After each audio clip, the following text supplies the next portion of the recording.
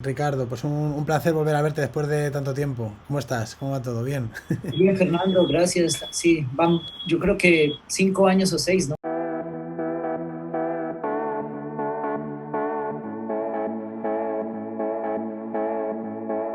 Ricardo es un antiguo compañero del máster, estudiamos juntos un máster en la Universidad Carlos III, el máster en estudios avanzados en derechos humanos. Y por eso lo conozco. Entonces, Ricardo, bueno, quería preguntarte un poquito porque yo sé que tú estudiaste filosofía y que ahora pues eres el subdirector de la Fundación Tinigua, que es para la preservación de la diversidad étnica y lingüística allá en Colombia. Sí, Entonces, nada, me gustaría saber un poco brevemente eh, cómo fue tu camino, ¿no? Tú estudiaste filosofía allá en Colombia y cómo ha sido tu trayectoria hasta llegar a tu posición actual, por si le interesa a la gente que interesada también en la filosofía. sí. Pues yo estudié filosofía en la Universidad del Valle, licenciatura en filosofía realmente. Ujú. Y empecé a trabajar en colegios. Básicamente trabajé implementando un programa de filosofía para niños que ha sido pues muy famoso, ¿no? Que fue creado por un norteamericano, Ujú. Matthew Lipman. Ujú. Luego en España hay varias personas que lo han seguido. Trabajé, yo creo que 6 años en colegios, en Sí. institutos. Con esto, desde el preescolar hasta el grado 11, que es el último grado del bachillerato acá, de la secundaria. Y luego tuve la posibilidad de trabajar, bueno, de irme a España a hacer la maestría, Ujú. el máster en Derechos Humanos que dices tú. Sí. Allí también continué con el doctorado en la Complutense. El doctorado fue en educación, Ujú. pero básicamente fue como una tesis de antropología. Al final tuvo un capítulo dedicado pues a unas categorías del campo de la educación porque Ujú. pues tenía que hacerlo, ¿no? Sí. Y desde allí, digamos que la investigación fue con líderes de víctimas que se reconocían como víctimas del conflicto armado colombiano. En esa época no Ujú. se había firmado el acuerdo de paz con las FARC. Ujú. Y yo tenía, digamos, una historia personal que me llevó a estudiar ese tema. Entonces, en el máster de la Carlos III lo que hice fue como construir un marco teórico con algunos filósofos que pensaban la categoría de responsabilidad, digamos, la noción de responsabilidad.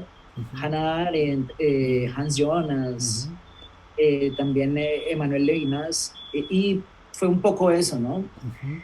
Y cuando entra al doctorado, digamos que ese marco teórico me sirvió para ya hacer un estudio más antropológico, para entender por qué personas que se reconocen como víctimas terminaron movilizando, digamos, asociaciones, organizaciones que defendían los derechos de las víctimas.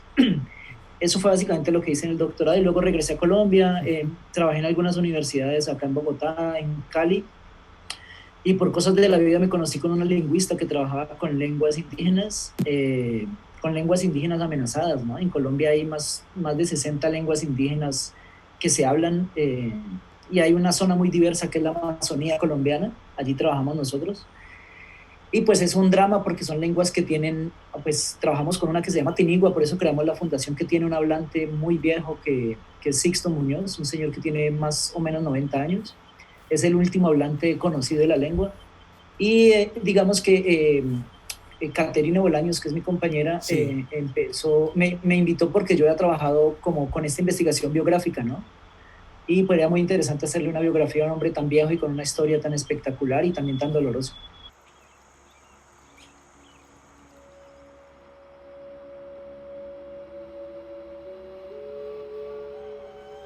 Hikwa ha chandai, hikwa chandai.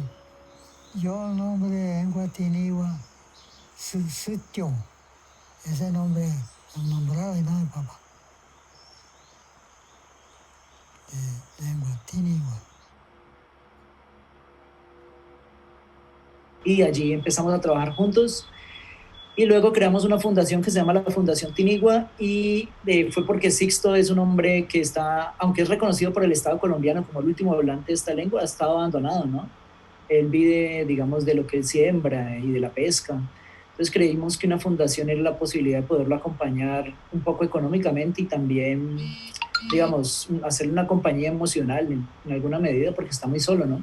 Vivió como 30 años solo prácticamente como un ermitaño, ahora está viviendo en otro lugar cerca a un hijo que tiene y a los nietos.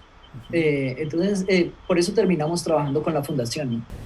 Una parte del trabajo, o buena parte del trabajo, es la biografía de Sixto, y a partir de allí empezamos a hacer una reconstrucción del grupo de los Tiniguas, que fue un grupo que originalmente salió desde los llanos del Yarí hasta la serranía de la Macarena. En 1940 hicieron un desplazamiento, se asentaron allí, y fue un grupo que fue exterminado básicamente por la confrontación entre liberales y conservadores en la década del 50 más o menos. Luego quedaron algunos pocos familiares de Sixto que se fueron muriendo por enfermedades, ¿no? Digamos que también por las condiciones de precariedad en las que han vivido y en las que viven muchos de los grupos indígenas en el país. Y más o menos en el año 2002, 2003, se murió el único familiar que le quedaba a Sixto, que era Criterio, y desde entonces Sixto es el último hablante de la lengua conocido. Él habla una lengua que se llama tinigua. Hoy en día sabemos, por el trabajo que hemos realizado, que es una lengua aislada. En algún momento se consideró que hacía parte de una familia que se llamaba la familia Pamigua. La asociaban con otras dos lenguas, pero en realidad no hay evidencias lingüísticas que nos hagan pensar que es una familia lingüística. Entonces, Caterina ha escrito un artículo que está cerca de publicarse, en donde demuestra que es una lengua aislada. Y bueno, digamos que es un señor, como te contaba, es un señor que no hemos encontrado más hablantes de la lengua. Él es el último, el hermano de él murió en el 2005 y era con quien podía, digamos, tener conversaciones. El trabajo que hicimos con él fue hacer un registro audiovisual de él hablando en la lengua, contando su historia y contando varias cosas para poder hacer los análisis lingüísticos, y eso nos dio también para hacer una biografía en donde, digamos que pensamos algunas categorías así interesantes para los antropólogos, ¿no? Como la categoría de identidad, o cómo en contextos de violencia, porque él ha vivido, digamos, toda la violencia de la guerra en Colombia que viene desde hace muchísimos años, cómo eso ha determinado lo que él, digamos, su vida emocional, la forma como él se reconoce, cómo lo ven los otros, bueno, varias cosas que, como te digo, son interesantes para los antropólogos, ¿no? O sea que, Ricardo, lo que estáis haciendo básicamente es como tratar de proteger, ¿no? y restituir el valor de ciertas partes de la cultura del Estado colombiano que a lo mejor han estado como perdidas o abandonadas, ¿no? Sí, un poco esa sí, pues en realidad, mira, Colombia, por la posición que tiene geográfica en el continente, fue la entrada de muchos grupos indígenas que, pues, las teorías sostienen que venían y pasaron por Centroamérica, venían pues desde... pasaron a Estados Unidos, se fueron regando, y muchos de esos grupos indígenas terminaron radicados en Colombia, y gracias a la geografía, digamos, del país, que tiene páramos, selvas amazónicas, costas en los dos extremos, esa diversidad geográfica dio lugar en buena medida a una gran diversidad lingüística, ¿no? Entonces, tú encuentras en una zona muy pequeña, en un país que no es tan grande, digamos, pensándolo en relación con Brasil, que es el país más diverso lingüística y culturalmente hablando de Sudamérica, que Colombia tiene una diversidad increíble, pues, que ha sido estudiada por lingüistas y por antropólogos. Entonces encuentras más de 65 lenguas indígenas, creo que son 13 familias lingüísticas también. Piensa que en Europa hay ¿cuántas? 3. Entonces es una cosa increíble. Pero muchas de estas lenguas están amenazadas por muchos factores, ¿no? Digamos, por el contacto con el español, que es la lengua dominante, pero también digamos, por la violencia que ha habido en Colombia, que ha hecho que los grupos se tengan que desplazar y en muchos casos se asienten cerca de centros urbanos donde se habla español y tienen que hablar español porque es más útil que hablar una lengua que hablan 200 personas. Entonces ese fenómeno de diversidad y de riqueza cultural y lingüística es un fenómeno antropológico y lingüístico muy interesante. Pero también, digamos, que el Estado colombiano no ha hecho lo suficiente para preservarlo, ¿no? Yo también trabajo en una institución del Estado que se llama Instituto Caro y Cuervo, que es el instituto, digamos, que tiene la misión de preservar la diversidad lingüística en Colombia. y desde allí también hemos tenido financiaciones para esto. Entonces nuestro trabajo se centra en documentar estas lenguas porque hay lenguas, por ejemplo, ahora estamos trabajando con una lengua que se llama cabillarí, hace parte de la familia lingüística arawak, y el cabillarí, digamos que tiene en este momento, según las cuentas que hicimos con hablantes de la comunidad, tiene alrededor de 55 hablantes, entre hablantes activos que hablan todos los días en su casa, son solo 2 familias que hacen esto, y en donde los niños crecen hablando la lengua, y el resto son hablantes pasivos, o sea, que hablan eventualmente, ¿no? Y estas lenguas están en serio peligro por esto que te digo, por el contacto con el español o por el dominio de otras lenguas indígenas que son más numerosas, que tienen más hablantes en las zonas donde están.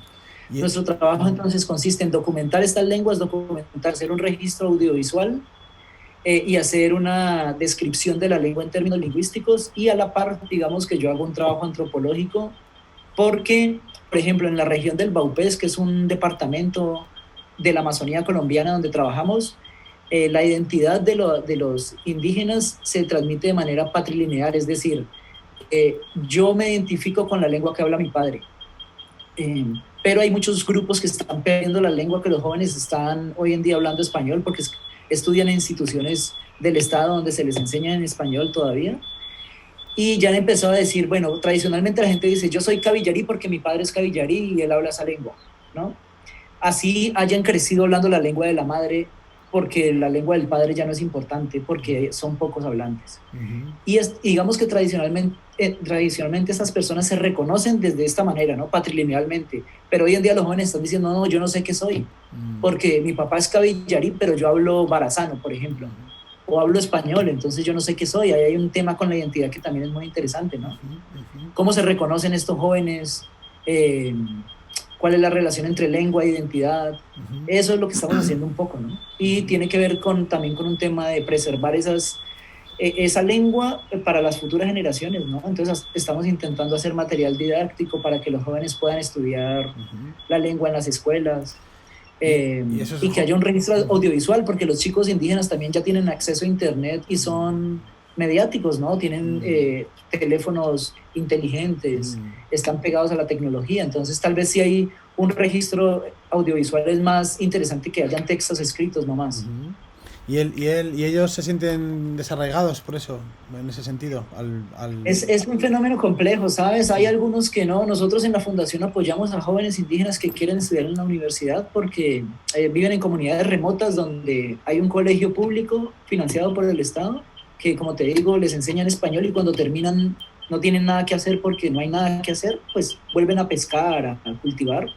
Y los que lo hacen pues está muy bien porque digamos que están manteniendo un poco como esas prácticas tradicionales, y muchos emigran a las ciudades. La experiencia que hemos tenido con los chicos, porque no te puedo hablar en general, sería como impreciso, es que han llegado también con unos conflictos así de identidad, ¿no? Los ves tú con los cortes de los futbolistas, tatuados, escuchando reggaetón, pero estos chicos que apoyamos han llegado acá y han tenido como una necesidad de arraigarse a lo que son, ¿no? Porque no son indígenas y son indiscriminados en las ciudades, entonces se han reafirmado en lo que son, ¿no? Entonces todos quieren volver otra vez a las comunidades y liderar procesos de este tipo, ¿no? Que yo creo que es una cosa interesante, porque mucha gente nos dice, bueno, ¿y por qué los sacan de la selva? ¿Por qué no los dejan allá y nosotros no los sacamos? Ellos se quieren venir porque estudiaron en el colegio y tienen esa expectativa de estudiar en la universidad, ¿no? O sea, es voluntad de ellos. Y también digamos que allí hay una posición un poco esencialista, ¿no? Romántica del indígena, ¿no? Como al indígena hay que dejarlo en una burbuja en la selva, no hay que tocarlo.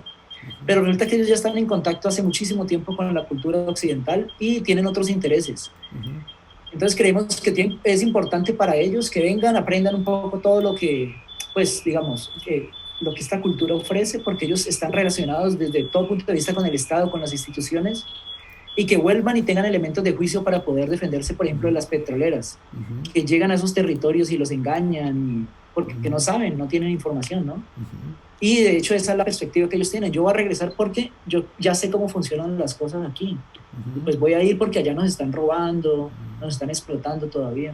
Pues creemos que... Disculpa, ¿y hay discriminación en las ciudades también de Colombia con respecto a los indígenas? Sí, por supuesto, claro. En Colombia hay, pues, digamos que hay una diversidad étnica, ¿no? Hay gente afro grandísima. Cali es la segunda de la ciudad donde yo soy, es la segunda ciudad de Sudamérica donde hay más población afro. Ujú, Pero sigue habiendo una fuerte discriminación con estos grupos, ¿no? ujú, Pero grandísima. Digamos que hay unos mecanismos sutiles de discriminación, ¿no? Entonces el humor, ¿no? ujú. Hay Sí. un humor étnico que es permanente, ¿no? En esta zona, sobre todo con los afro. Ujú, Entonces, comentarios como negro ni el teléfono, mm, acuérdate de esos teléfonos antiguos negros. Entonces ese es un chiste, o mm. lo negrearon, o este sol es para negros. Pero Pe- la gente no se da cuenta, ¿sabes? Pero no son negros los que con los que tratáis, ¿o sí? No son. No, claro, no, esto es para los afro, ¿no? Pero Mm, con los indígenas también hay ujú, una discriminación fuerte. Digamos que aquí hay una región de Colombia que es el Cauca, donde hay unos grupos indígenas que políticamente están muy organizados y han sido muy contestatarios con el Estado, ¿no? Entonces, todo el tiempo se les está estigmatizando con los grupos armados. Entonces dicen, los indígenas son guerrilleros ujú, y los matan. En Colombia en este momento hay una gran matanza de líderes sociales, de líderes indígenas ujú, por parte de grupos paramilitares, en algunos casos asociados con miembros del ejército. ujú. Y digamos que son muertes que se justifican. Hace poco hubo una gran movilización indígena hasta Bogotá porque los están matando. Positivo balance el primer día de movilización de la Minga en Bogotá. Absoluta normalidad, un apoyo permanente y coordinación permanente entre la Guardia Indígena, la Alcaldía Mayor de Bogotá, la Policía Nacional. No se registraron ni hechos de violencia ni obstaculización del transporte masivo. Todos los medios de comunicación que son, digamos, oficialistas decían, no, los indígenas, hay infiltrados de la guerrilla, ellos vienen a traernos el virus, cosas de estas, ¿no? Entonces es permanente. Y volviendo un poco a Sixto, ¿cómo llegó a esa situación de ser el último? ¿Conocéis esa historia? ¿Cómo? De ser Sí, el último claro, duende. nosotros la estudiamos En el libro, ¿no? pues bastante para hacer este trabajo. Ujú, Ellos eran un grupo que se movilizó desde un departamento en Colombia que es el Caquetá. Eh, Era un grupo que estaba sentado allí en una zona selvática que se llama los Llanos del Yarí, ¿no? ujú, Históricamente, digamos, en los años 20, 40 del siglo pasado. Y lo que sabemos es que se desplazaron, los autores que habían trabajado, que habían seguido el grupo, dicen que por la presión de la cauchería y de la colonización, se desplazaron hasta otra zona muy alejada que sigue siendo Amazonía, pero ya está más en el centro del país, que es el departamento del Meta, ujú, y concretamente a una región, a un territorio que se llama la Serranía de la Macarena, que tiene un río pues se ha hecho famoso, vienen extranjeros, que se llama Caño Cristales. Es un río de los 5 colores, ¿no? ujú, Ha sido como publicitado. Es una zona muy linda. Digamos que esta era la historia, ¿no? Que se desplazaron allí por la cauchería, luego y llegaron a la Macarena alrededor de 40 personas, miembros de este grupo, entre mujeres, hombres y niños. Entre esos estaba Sixto. Esto es lo que se sabe, ¿no? Y luego, estando en la Macarena, producto de la guerra histórica que ha tenido en Colombia entre liberales y conservadores, y digamos, el surgimiento de las guerrillas más de corte liberal, empezaron a ser asesinados por un grupo guerrillero que hubo en la zona, por una disidencia de la guerrilla en realidad. Y Sixto es un sobreviviente, ¿no? Un sobreviviente a toda esa violencia. Quedó finalmente él y un hermano de él, que murió como en el año 2000, 2001, que también tenía una historia increíble, porque él era un ermitaño y luego fueron a buscarlo cazadores de pieles, porque les daba miedo que los fuera a flechar cuando ellos fueran a buscar pieles de tigre. Bueno, es una cosa así increíble. Y este tipo murió, no sabemos, creemos que es de enfermedad, y quedó Sixto como último hablante, registrado como desde principio de los 80s, 90s. Con Sixto han trabajado muchas personas, hay documentales de él en internet, hay algunos pocos trabajos de lingüística como de los años 90, pero no había una descripción robusta, completa de la lengua, ¿no? Era una lengua y una cultura de la que se sabía muy poco. Nosotros lo conocimos a él por un reportaje de prensa que salió alguna vez en un diario local. Mi compañera Caterine lo leyó y se interesó, porque ella, digamos, que trabaja con lenguas que tienen pocos hablantes. Y fue una vez sola a buscarlo, estaba allí la guerrilla, la llamaron, en esa época no se había firmado el acuerdo de paz, fue una situación bastante tensa. Luego regresó a la ciudad y ahí nos conocimos y volvimos juntos. Cuando volvimos ya se había firmado el acuerdo de paz y las FARC ya habían salido de ese territorio. Él vivía solo en una casa pues muy humilde al lado de una laguna, que le decían la laguna de Sixto. Luego supimos que tenía un nombre en su lengua que se llama Tijuana.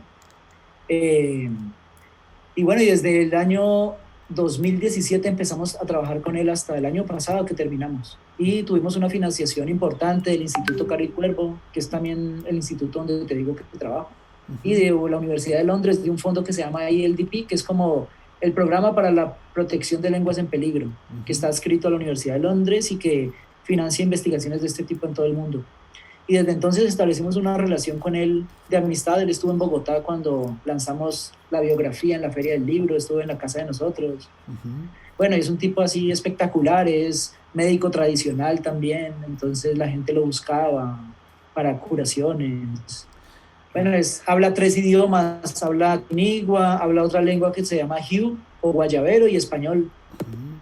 Entonces es una cosa increíble. Si queremos saber algo de este señor, de Sixto Muñoz, tenéis un libro, ¿no? Que se llama El hombre sin miedo, ¿no? Sí, publicamos un libro en el 2019 financiado por el Instituto Caro y Cuervo. Estuvimos allí en Madrid presentándolo en el Instituto Cervantes y en Francia, en Lyon también, en la Universidad de Lyon, bueno, en otros lugares.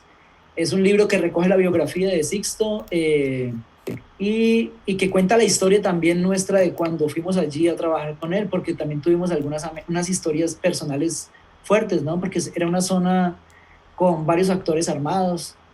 Nosotros íbamos del pueblo más cercano hasta la casa de Sixto por el río Guayabero, que es un río muy grande, en un viaje como de 7 u 8 horas en lancha. Luego caminábamos un tramo grandísimo por la selva. Luego no pudimos volver porque nos empezaron a hacer unas llamadas rarísimas, ¿no? Gente desconocida, a preguntarnos cuándo íbamos a ir, y ya sabíamos que había presencia de grupos disidentes de las FARC que tenían un carácter más, bueno, esto es un tema difícil, pero que se asocian más con el narcotráfico, ¿no? Para muchos las FARC son un grupo de narcotraficantes, pero también hay otros que piensan que son un grupo armado político, ¿no? Pero con ese acuerdo de paz, la situación se volvió muy tensa, porque antes de eso las FARC controlaban todo, ¿no? Controlaban problemas, digamos, de tierras, problemas, digamos, familiares. Ellos eran la autoridad porque no había Estado, ¿no? En estas zonas, como sigue pasando ahora en Colombia, porque es un país centralizado, sigue siendo un país muy centralizado. Cuando ellos salieron del territorio todo fue más incierto, ¿no? Porque ya había muchos grupos de narcotraficantes. Entonces nos empezaron a hacer esas llamadas como amenazantes, bastante intimidantes. Y no pudimos volver a la casa de Sixto y nos tocó mandarlo a traer con un lanchero, y lo traían hasta la Macarena, que era el pueblo más cercano. Allí hay una base militar y digamos que era más seguro. Entonces en el libro contamos todas estas cosas, ¿no? Cómo nos conocimos con él. Bueno, es una historia así que yo creo que es muy interesante. ¿Cómo se puede conseguir el libro en España también? El libro creo que lo pueden conseguir por internet. Está...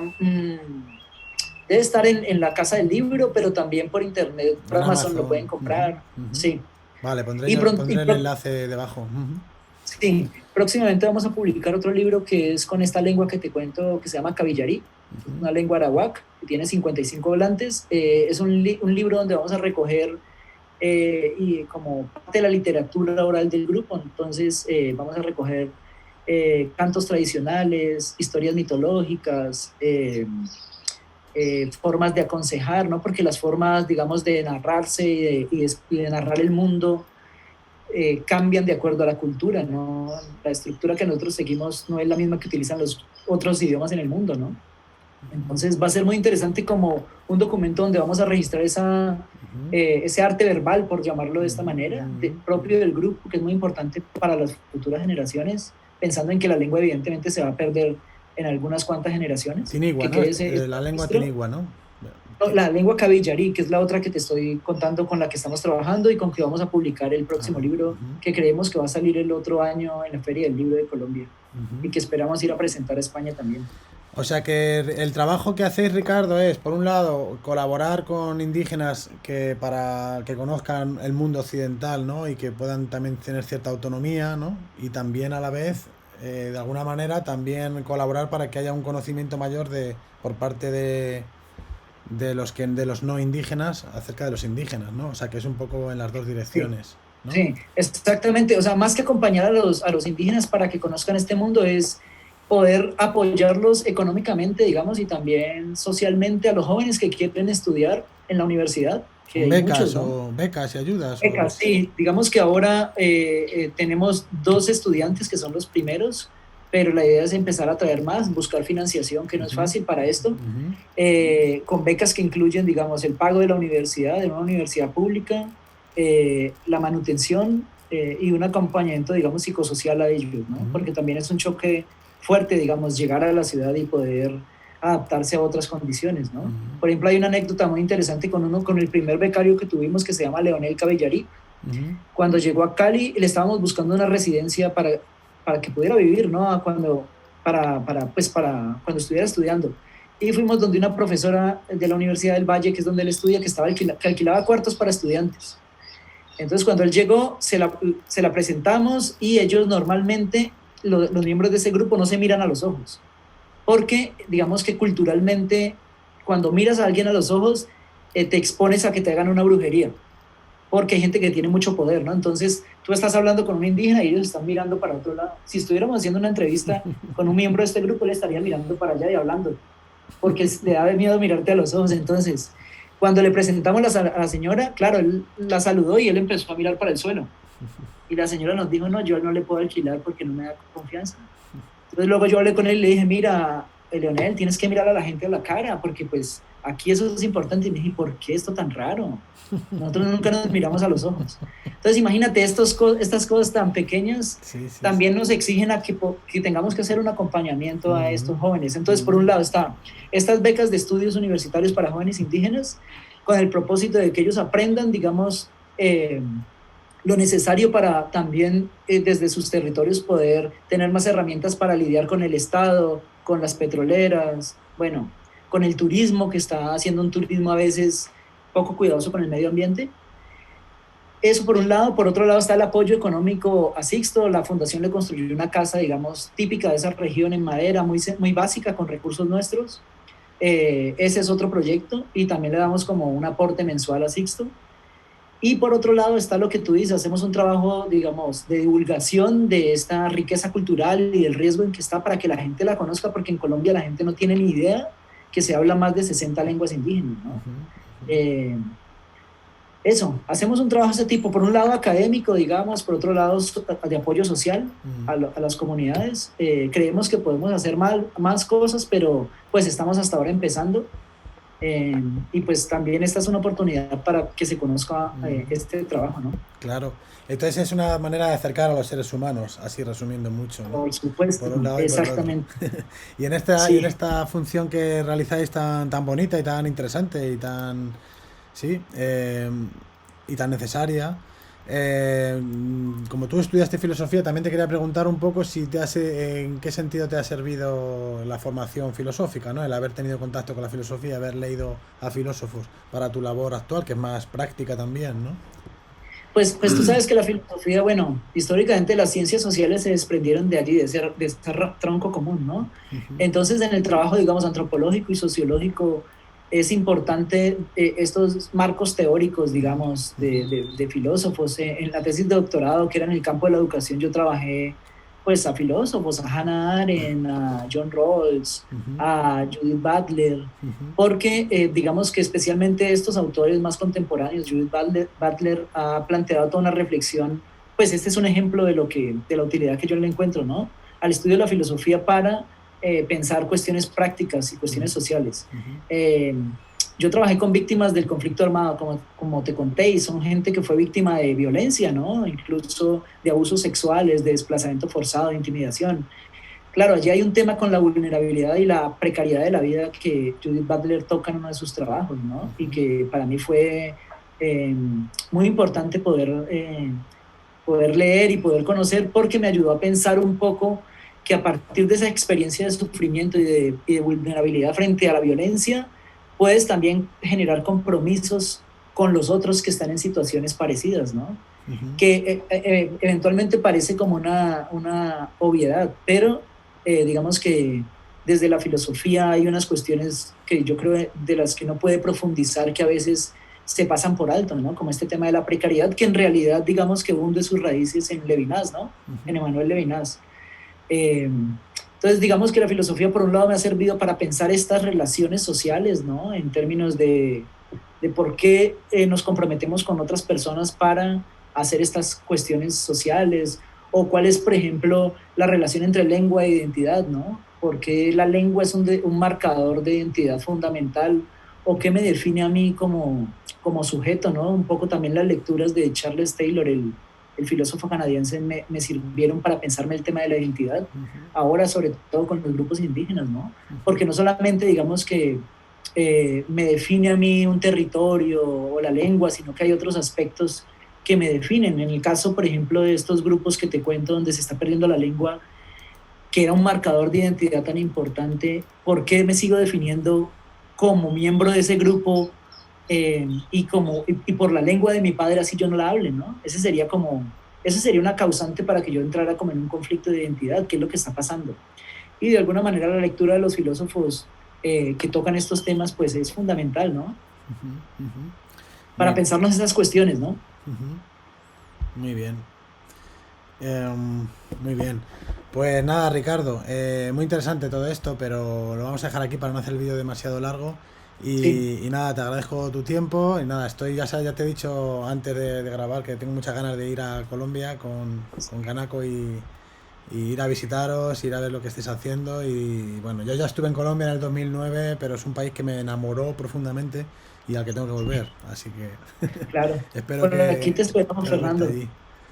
Pues nada, muchas gracias. Muchas gracias por la entrevista. Yo te estaré pasando información sobre la fundación, sobre las publicaciones que vamos a tener. Te conté, vamos a hacer una Vaki para Sixto también, para que lo puedas rotar por tus redes sociales, porque yo creo que es un tema, digamos, que puede sensibilizar a otra gente, y porque estamos buscando recursos para esas cosas, ¿no? Para apoyarlo, pues, porque digamos que es un hombre viejo, vulnerable, que está un poco abandonado, y creemos que parte, digamos, del compromiso que tenemos con este trabajo no pasa solo por lo académico, sino por estas cosas, ¿no? Que a veces los lingüistas y los antropólogos van y recogen datos y nunca vuelven a las comunidades, y esto lo reclaman mucho, y por eso estamos también en este trabajo. Entonces, muchas gracias por la entrevista y por el espacio. A ti. Y me alegra mucho verte. Y soy un seguidor de tu canal. Bueno, cuídate. Un abrazo. Mando un abrazo grande.